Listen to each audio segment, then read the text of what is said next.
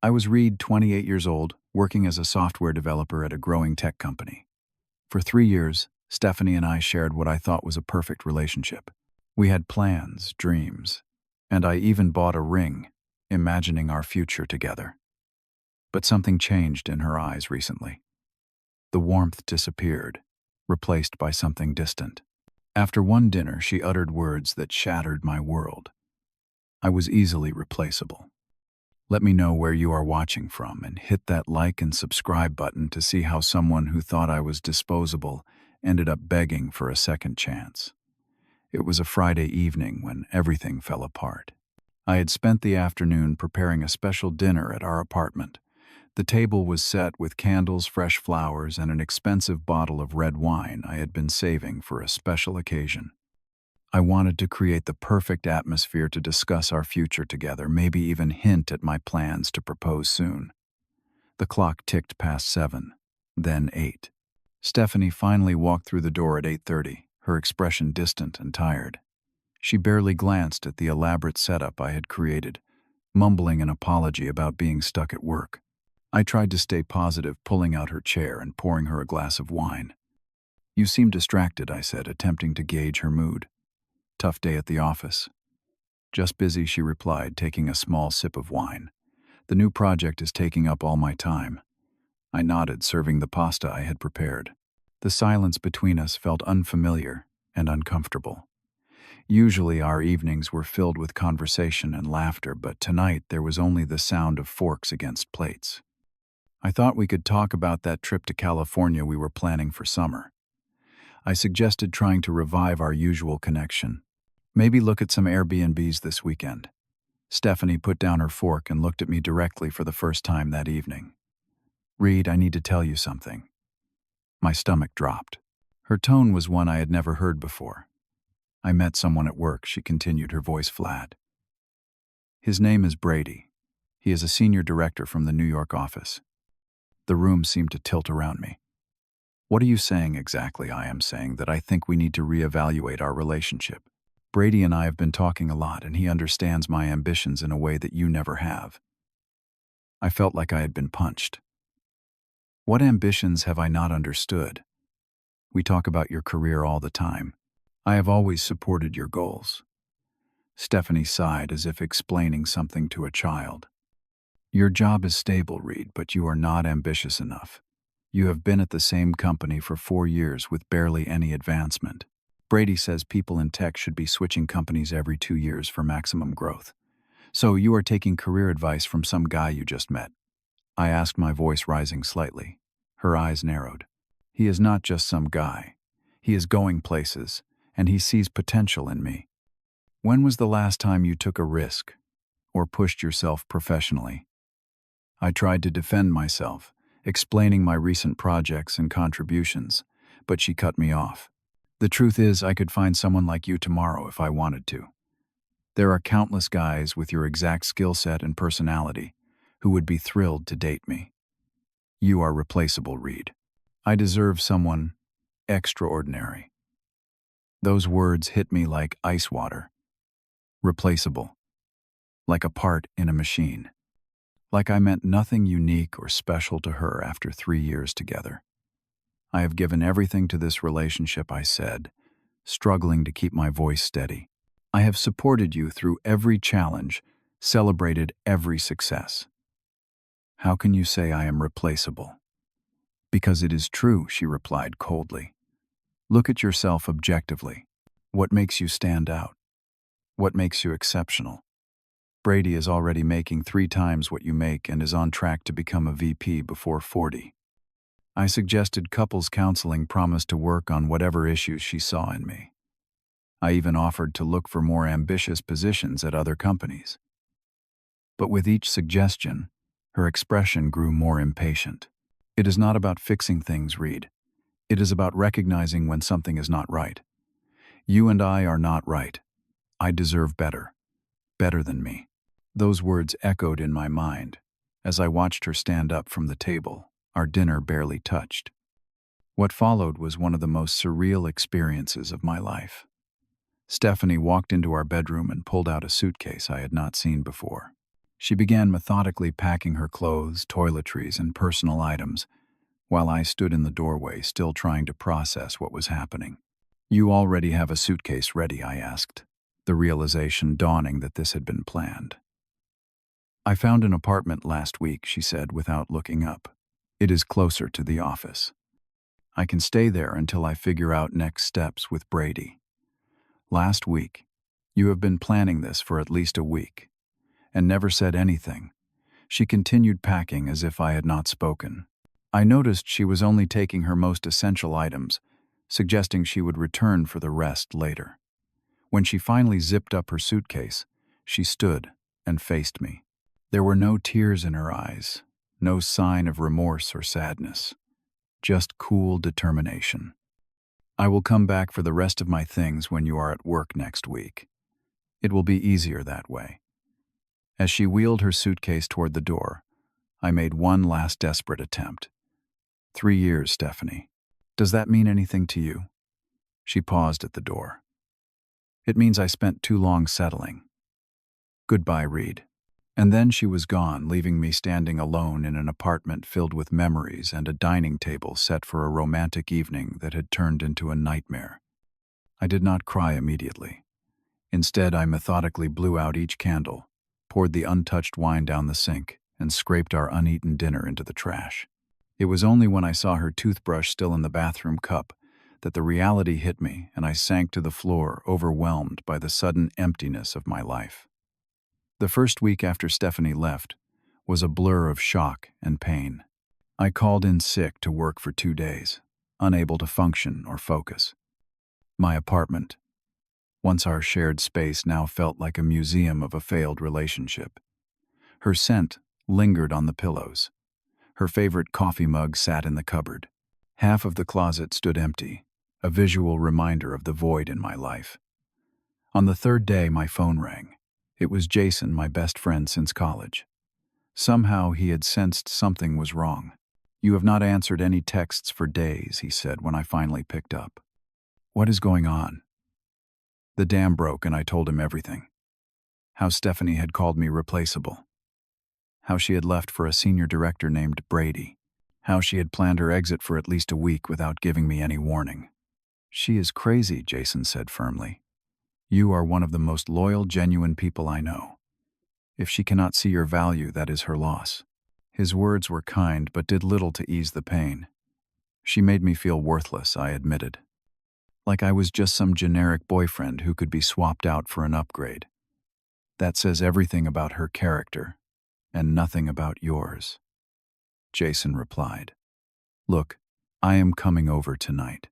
We are going to talk this through, and then we are going to make a plan." True to his word, Jason arrived that evening with takeout and a determination to pull me out of my spiral. As we sat in my living room, he asked a question that changed my perspective. "What would you be doing right now if you were not in a relationship? If you were completely free to focus on yourself?" I had no immediate answer. For 3 years, my identity had been so intertwined with being Stephanie's boyfriend that I had lost sight of my individual goals and desires. Later that night, after Jason left, I made the mistake of checking social media. There it was, a new photo of Stephanie, at what looked like an upscale restaurant, sitting across from a man in an expensive suit, Brady presumably. She looked radiant, happier than I had seen her in months. The caption read, "New beginnings with amazing company." The pain was immediate and overwhelming. I closed the app and threw my phone across the room, thankful it landed on the couch instead of shattering against the wall. That night, lying awake at 3 in the morning, I made a decision. If Stephanie thought I was replaceable, I would become someone irreplaceable, not for her, but for myself. The next morning, I joined a gym. It was not about getting a revenge body or impressing Stephanie. It was about channeling my pain into something productive. The physical exertion helped clear my mind, and the endorphins provided temporary relief from the constant ache in my chest. I also revamped my diet, cutting out the convenience foods and excessive takeout that had become our habit. Cooking for myself became a form of therapy, a way to care for myself when I felt unworthy of care. At work, I approached my manager about taking on additional responsibilities. I want to expand my skill set, I told her. I am interested in project management alongside my development work. She seemed surprised, but pleased. I always thought you were content with your current role. There is actually a new initiative starting next month that needs a technical lead. Would you be interested? Before Stephanie's words, I might have hesitated, worried about taking on too much. Now, I agreed immediately. I would love the opportunity. In the evenings, I enrolled in online courses for advanced programming and project management certification. The structure gave my days purpose, and the learning reignited a passion for technology that had been dormant. Small changes in my appearance followed. I got a new haircut, one I had always wanted to try, but Stephanie had subtly discouraged.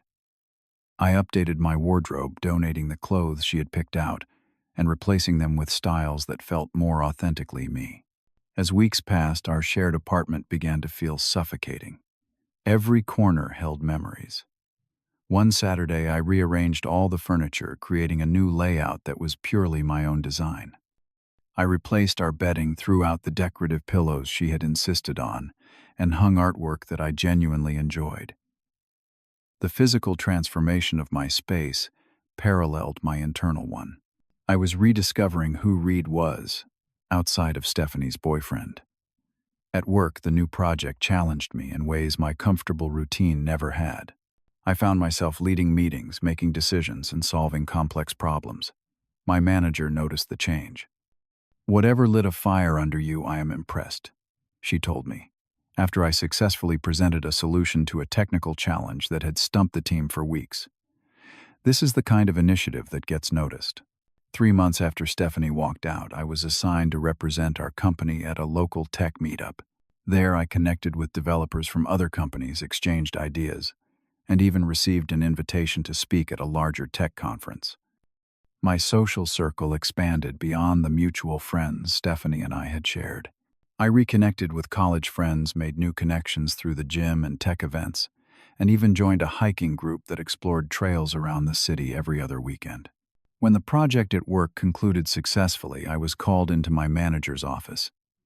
"The leadership team has been impressed with your performance," she said. "We would like to promote you to senior developer with a 20% salary increase."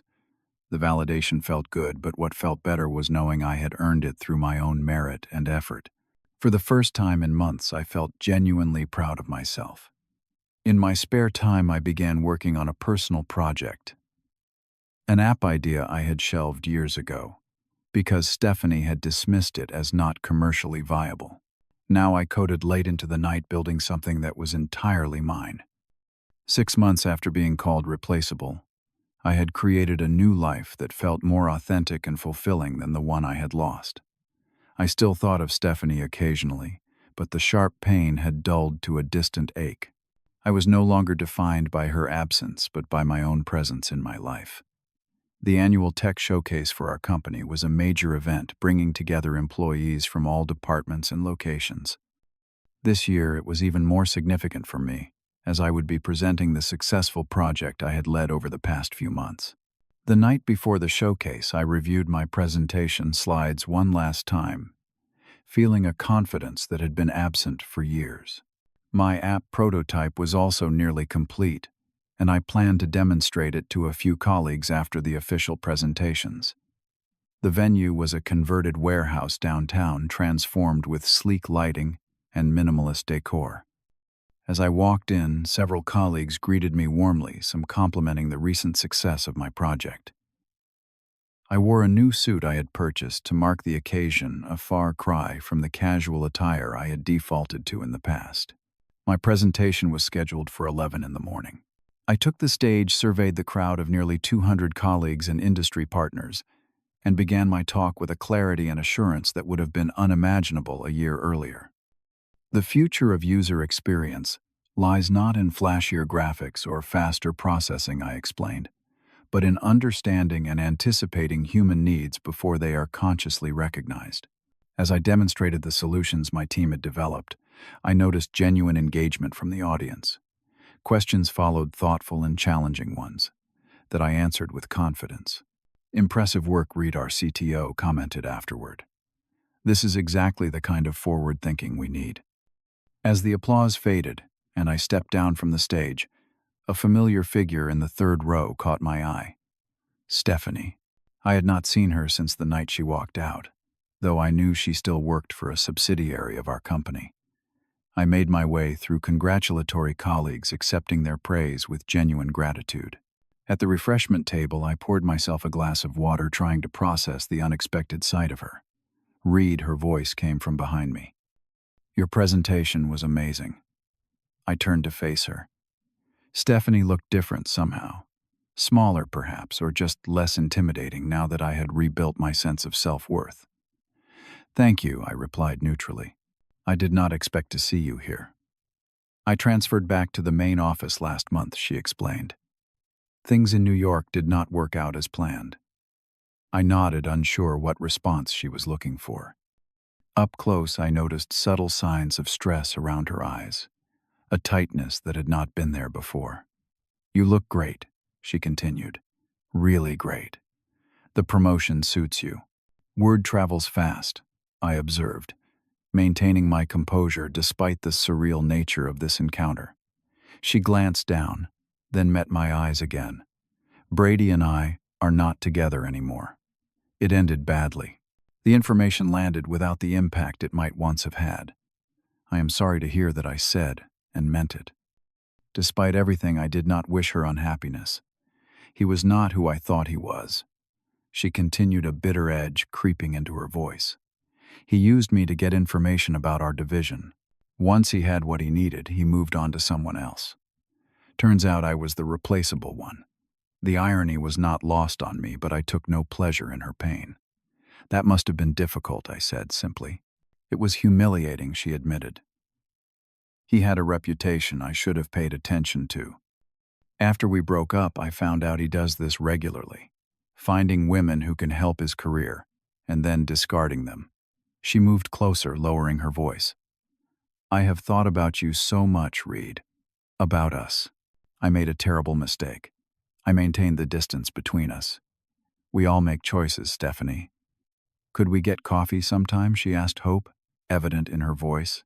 "Just to talk. I would really like to explain things better." Before I could formulate a response, a commotion near the entrance caught our attention.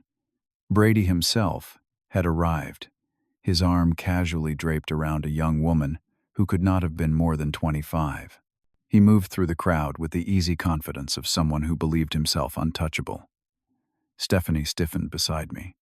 "He did not tell me he would be here," she whispered, a tremor in her voice.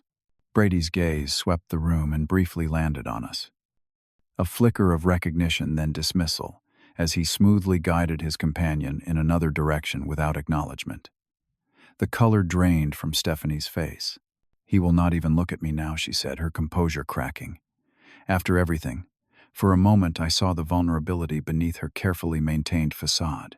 Tears threatened to spill from her eyes in this very public setting. "Maybe we should step outside."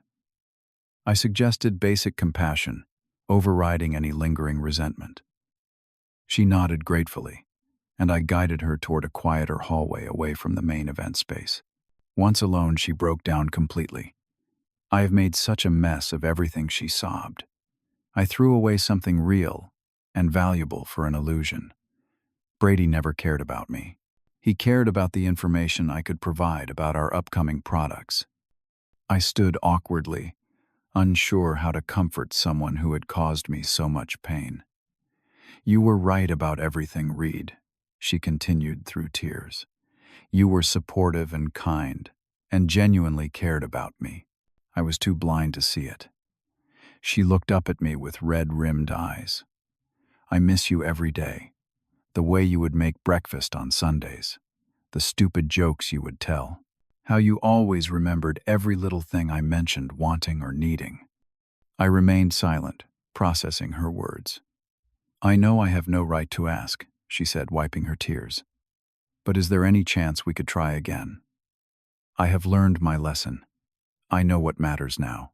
In that moment, looking at the woman who had once called me replaceable now, begging for another chance. I felt no triumph or vindication, just clarity. I think we both needed to learn some important lessons, I said gently. But sometimes lessons change us too much to go back. Her face fell, but she nodded in understanding. You are different now. We both are, I replied. And that is not a bad thing. As we stood there in the quiet hallway, Brady walked past with his new companion not even glancing in our direction. Stephanie stiffened again, but remained composed this time. He will do the same thing to her, she said quietly. Probably, I agreed. But that is not your burden anymore. I checked my watch. I should get back. I am meeting with some investors about my app prototype. Your app, she asked, surprise evident in her voice. The one you were talking about last year, I nodded. It turns out it was commercially viable after all. A few people are very interested in backing its development. Something like regret flashed across her face. You always had great ideas. I should have been more supportive. We all grow in our own time, I said, offering a small smile. I should go. Take care of yourself, Stephanie. As I walked away, I felt lighter somehow. The final thread connecting me to my past had been severed not with pain this time, but with understanding and closure. The weeks following the tech showcase brought a flurry of changes. My app prototype garnered serious interest from 2 investors, and I found myself in meetings discussing funding and development timelines. At work, my new position brought greater responsibilities and recognition. But along with these professional successes came persistent messages from Stephanie. Text after text, emails, voicemails, all with the same theme: regret, apologies, and pleas for another chance. Initially, I responded with brief, polite messages, maintaining boundaries while not being cruel. But as her attempts grew more frequent and desperate, I found myself needing to establish clearer limits. One evening, I arrived home to find a package outside my door. Inside was a watch I had once mentioned, liking with a note. For the many moments I hope we will share again. I am so sorry for not seeing your value. Please call me. The gesture left me uncomfortable rather than touched. The watch was expensive, but the attempt to buy back my affection felt hollow. The following weekend, she appeared at a coffee shop I frequented. Just a coincidence, she claimed, though the nervousness in her eyes suggested otherwise. Stephanie, I said firmly, after awkward small talk, I think we need to have a clear conversation about boundaries. Her face fell. I just want another chance to show you how much I have changed. That is the thing, I explained. I do not doubt that you have changed, but so have I. The person you want back no longer exists. She reached across the table for my hand, which I gently withdrew. We were so good together, Reid. We could be again. I shook my head. We were not as good as I thought we were, or you would not have been able to walk away so easily. It was not easy, she insisted. I made a terrible mistake. Maybe I acknowledged. But mistakes have consequences. Not all doors can be reopened once they are closed. Her eyes welled with tears. So there is no hope, none at all. After considering my words carefully, I replied, I think we should meet one more time to talk everything through. Then we both need to move forward separately. We agreed to meet the following day at a neutral location, a small park near downtown. The weather was mild, early spring, bringing new growth to the trees around us. Stephanie arrived, looking composed, but nervous. We sat on a bench overlooking a small pond, the physical distance between us, symbolic of the emotional one. I want to apologize properly, she began. What I said about you being replaceable was cruel and untrue. I was caught up in the attention Brady was giving me, flattered by his interest in someone higher up in the company. It made me feel important in a way I thought I needed. I listened without interrupting, allowing her the space to say what she needed to say. When things ended with Brady, it was humiliating, she continued. He told me outright that he had only been interested in the information I could provide about our company's strategy. When I confronted him about leading me on, he laughed and said there were dozens of women who could serve the same purpose. She paused, wiping a tear. I felt exactly how I made you feel. Replaceable. Disposable. It was the worst feeling in the world, and I inflicted that on you. I am so deeply sorry, Reid. Her apology seemed genuine, and I acknowledged it with a nod. Thank you for saying that.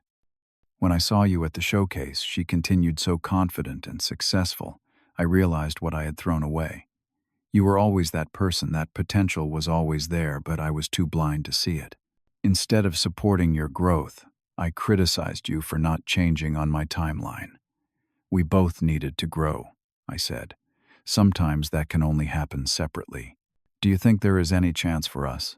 She asked, the question hanging between us. Even as friends, I considered this carefully. I have forgiven you, Stephanie. That is an important step. But forgiveness does not mean we go back to how things were. Some betrayals change the foundation of a relationship permanently. She nodded, more tears falling. I understand. I just miss having you in my life. The truth is, I explained gently, when you left, you created space for me to discover who I am without you. I like that person. I like the life I am building. Going backward would mean giving up the growth I have fought for. You seem so different now, she observed. Stronger. I am, I agreed. And part of being stronger is knowing when to close chapters that are finished. We sat in silence for a moment, the finality of our conversation settling around us. I wish you happiness, I finally said. I hope you find what you are looking for. I thought it was Brady, she said with a sad smile. Then I thought it was you. Now I realize I need to figure out who I am on my own first. That sounds like wisdom, I replied. As we stood to part ways, she asked one last question. Do you regret our time together? I shook my head. No, it brought me to where I am now. Pain can be a powerful teacher if we let it be. We said goodbye without embracing. As I watched her walk away, I felt not sadness or anger, but a peaceful sense of closure. 2 weeks later, I attended a coding workshop hosted by a rival tech company. During a breakout session, I found myself paired with a woman named Ashley. She was brilliant, quickly identifying solutions to problems that had stumped others. You are good at this, I remarked as we completed our assignment ahead of the other teams. So are you, she replied with a genuine smile. Have you been coding long? We fell into easy conversation, discussing our projects and passions. Unlike my early interactions with Stephanie, there was no pretense, no need to impress. Just authentic sharing of ideas. I am working on an app, I mentioned. Just secured funding to develop it full-time. That is incredible, Ashley said, her interest sincere. What is the concept? As I explained my idea, she asked thoughtful questions and offered insights I had not considered. By the end of the workshop, we had exchanged contact information with plans to meet at an upcoming tech conference. Walking home that evening, I reflected on how different I felt from the man Stephanie had left nearly a year ago. The pain she had inflicted had forced me to rebuild myself from the foundation up to discover strengths I never knew I possessed. Sometimes being told you are replaceable is the catalyst for becoming someone truly irreplaceable, not to others but to yourself. I had learned that my value did not depend on someone else's assessment, that being rejected by one person did not diminish my worth. As I unlocked the door to my apartment, I smiled at the space I had created, at the life I had built from the ashes of heartbreak. I was grateful not for the pain itself, but for what it had taught me, for who it had helped me become. Have you ever experienced someone returning to your life after they realized what they lost? How did you handle it? Was forgiveness possible, or did you choose to move forward alone? Share your stories in the comments below.